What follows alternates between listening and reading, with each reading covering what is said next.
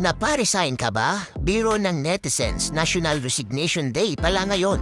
Balita tungkol sa courtesy resignation ang gumungad sa umaga ng Huwebes, Mayo 22 patapos ihayag ni Pangulong Ferdinand Bongbong Marcos Jr. na hinihimok niya ang mga miyembro ng kaniyang gabinete na magbitiw sa kanilang mga tungkulin para sa balak ng recalibration ng pamahalaan.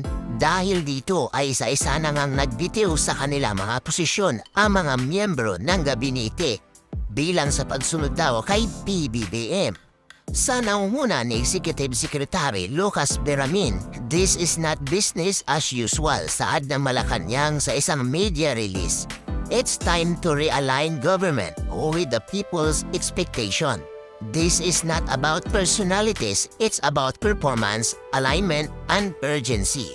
Sa isinagawang press briefing ni Palace President Secretary Pierre Castro sa kaparehong araw, sinabi niyang ang nabanggit na panawagan ng courtesy resignation ay magbibigay ng karapatang panahon sa Pangulo para tayain o evaluate ang naging performance ng mga miyembro ng gabinete.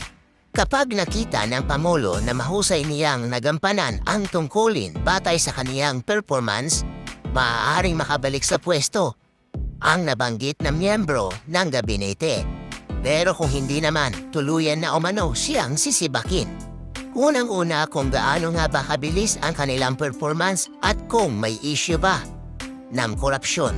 So hindi lamang performance to, titingnan din pa nila kung nagkakaroon pa ng issue na anomalya sa kanilang pag-handle ng agencies, undersecretary.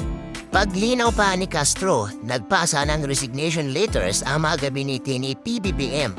Nanatili pa rin sila sa posisyon hanggat wala pang final decision ang Pangulo kung tuluyan silang papalitan o hindi.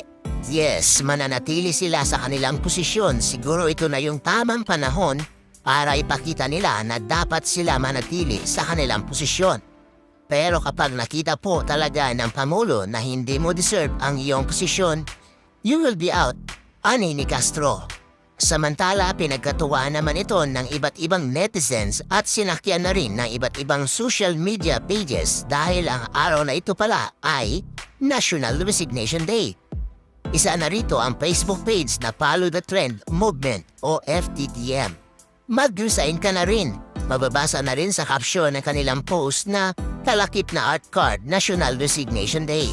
Ilang netizens pa ang nagbirong parang bit din nila gayahin ang nabanggit na resignation sa mga kumpanya o trabahong kanilang pinapasukan. Narito ang ilan sa mga reaksyon at komento ng mga netizens. Too risky to share. How to unsee. Sana sabihin din kami ni Boss hahaha. Pwede ba ganito sa office? Hahaha. Thank you po sa motivational quote of the day. Ito pa ba ang sign na hinihingi ko? Ikaw, nagbasa ka na ba ng resignation letter mo? So ayan nga yung ating update for today. Stay safe and God bless.